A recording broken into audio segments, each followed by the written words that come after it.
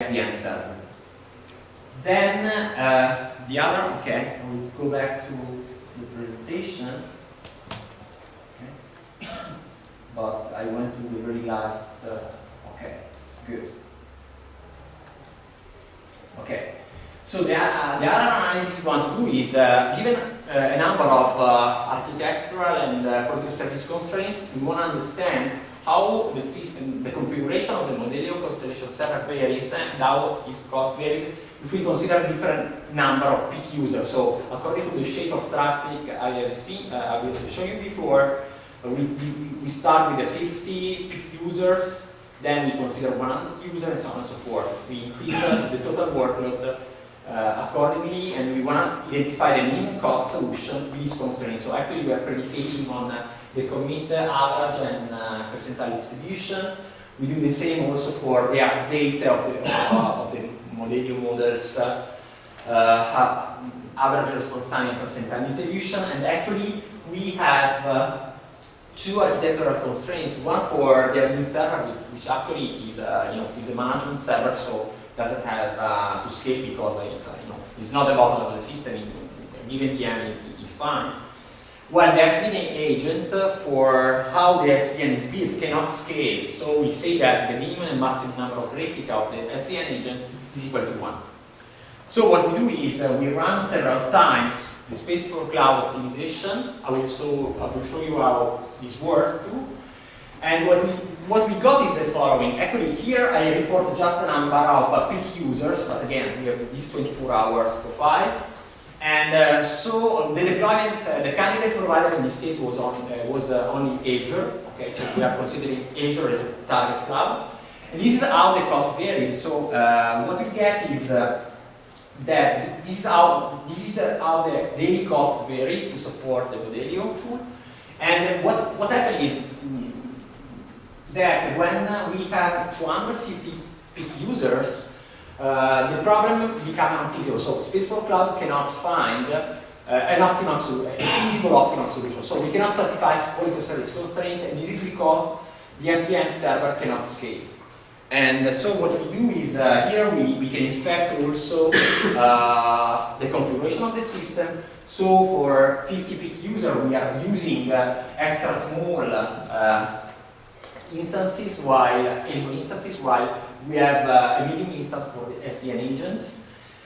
Then, when the number of users are between 100 and 150, you see that the SDN agent that already has a medium, so the largest configuration, needs to be upgraded to an extra large instance.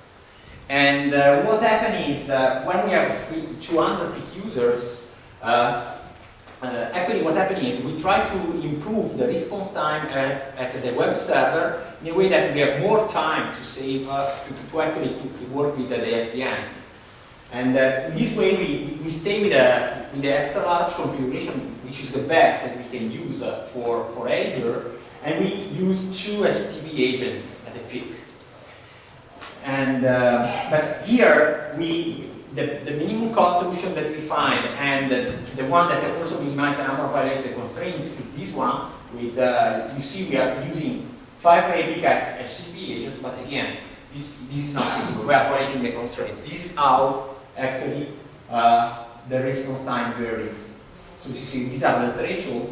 You see here at 250 users, we are violating the commit average response time. And you see also how this varies, how it is increasing suddenly while you increase the number of users. This is the same also for the update.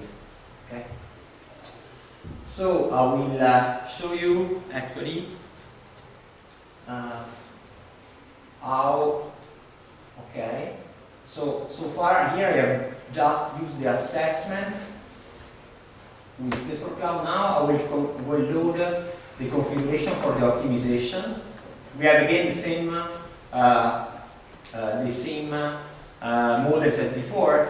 Here we have some details, some configuration details for the tabu search algorithm. Here, for example, we can specify the size of the tabu list, how many iterations overall we want to consider, and so on and so forth.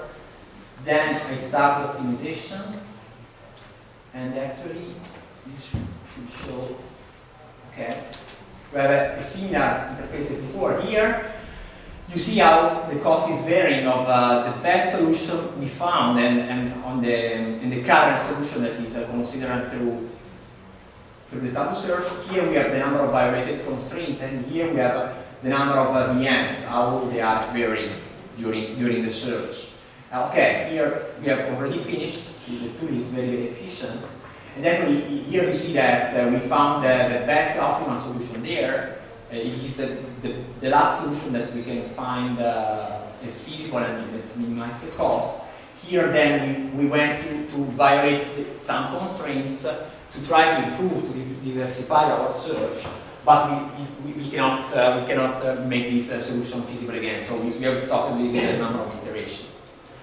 So this is how this space for cloud tools works.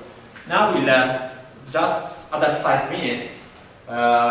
We can see how Softein, according to this kind of analysis, have tried to change the architecture of the constellation server in a way that we can. The problem is that SDN cannot scale, so we need to do something in a way that we can, for example, support a large number of users. Okay.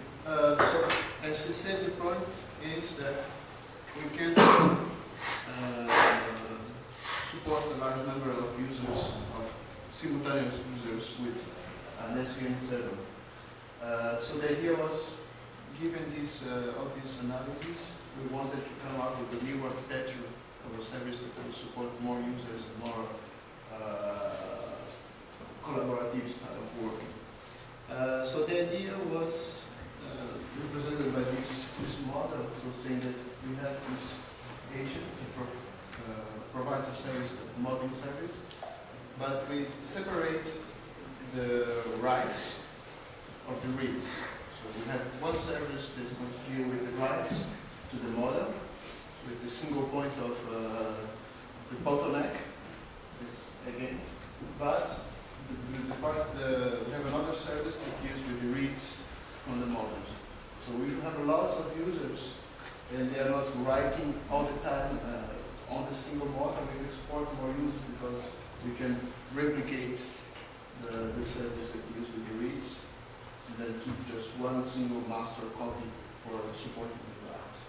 So the idea was going from that model that I showed before, just show you this, it's easy to understand. So when you have a single point of access to your models, when you can open a project, updates, it means getting new information, commit, and sending notifications to the model, to this new architecture, when you have two services. It's the conference agent that is the master version of the model for writes. So here we need to connect the service when you open a project or when you commit modifications, and you have this really only service that is going to take care of the reads. So you send an update message when you want to get modifications that happen to your model. And the idea is that there's communication between these services. So every time someone changes something in the model, so moderator sends the modification to the conference agent, and then the conference agent is going to send the modification to the replicas. And then the other users that are working together on the same project are going to get the notifications, but not in a asynchronous way. So maybe it's going to be delayed on time, but it's going to be much faster. So in order to do that and to do the analysis that were performed, and that I think the name is going to show after, so that is that the model is part of the architecture, so the services, the interfaces, the way to communicate. We modeled what we call the orchestration scenario, so saying that every time someone commits something to the conference agent. So the conference agent is going to commit it to the read-only replicas, and then the users are going to read the information from the replicas. And I think we can go back to your. The idea now was analyzing this new architecture to see if it's if we can keep up with the QoS constraints we have for our service. We didn't implement it yet, so that is implementing it in this third year. So for now, it's just saying, okay, is it good enough for providing use of this service or not? Yes. So, according to this new architecture, we have specified a new set of constraints for the complete update and partial update, and these are also more strict than the one that we have considered before, and also the actually the frequency with which the end user performed the updates is higher than the previous case, and we have again we have the constraint on the minimum maximum replica for the admin server and for the conference agent, which is in charge of managing the model. And what we do is, this is a result. Again, by running Spaceport Cloud, this is what we get. The line that is above actually is the results of the previous analysis, and this is how the costs vary with this new architecture. So we can again inspect the solution for every, for a given number of users. So between 50 and 100 users, we can use always extra small. Then we have a median for the conference agents, and then we can, you see, we take the conference replica, we stay with the extra small, but we can increase the number of instances. So the nice information is that we can grow with a large number of users, and what we get is also, we see that the daily cost for the use of the application is lower than the previous case.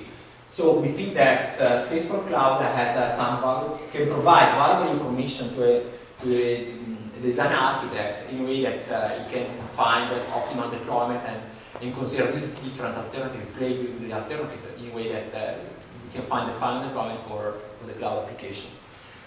Yeah, I think these are also the same results I've shown you before, and this show how we always satisfy the quality of service constraints. Okay, I will drop these because these are some technicalities. I will just provide you some references to the literature. Actually, we have some early work that try to identify the optimal configuration of the cloud application that exploits LLM models for the performance analysis. This is the work. The first work reported here is a work by Professor Woodside. However, these targets especially the deployment of a private cloud because the main costs that are considered are the one of energy cost for running VMs. Then we have a second work shown here that has appeared to International Conference of Software Engineering last year. Actually, it is based on a genetic algorithm. There is another degrees of freedom that try to optimize the component allocation within the VM, but we are not considering. We assume that the components are pre-allocated to the VM. We don't change these. And this tool is based also on simulation. So what I've shown you, you see that we get a solution in seconds actually for the same models. This tool, we have tried to use this tool, and is around 8 hours optimization of this. And finally, there is another work that is under publication. Actually, in this case, the perspective of optimization is a bit different. So here, in the MODAClouds approach, we have a different replica. So we have the same application that is replicated over multiple providers, and we share the workload among these providers. While here, the authors consider a different allocation of components. So we have some components, for example, the web tier on one provider, and the storage tier is in another provider. But however, in that case, what is optimized is the selection of of the virtual appliances that can host the application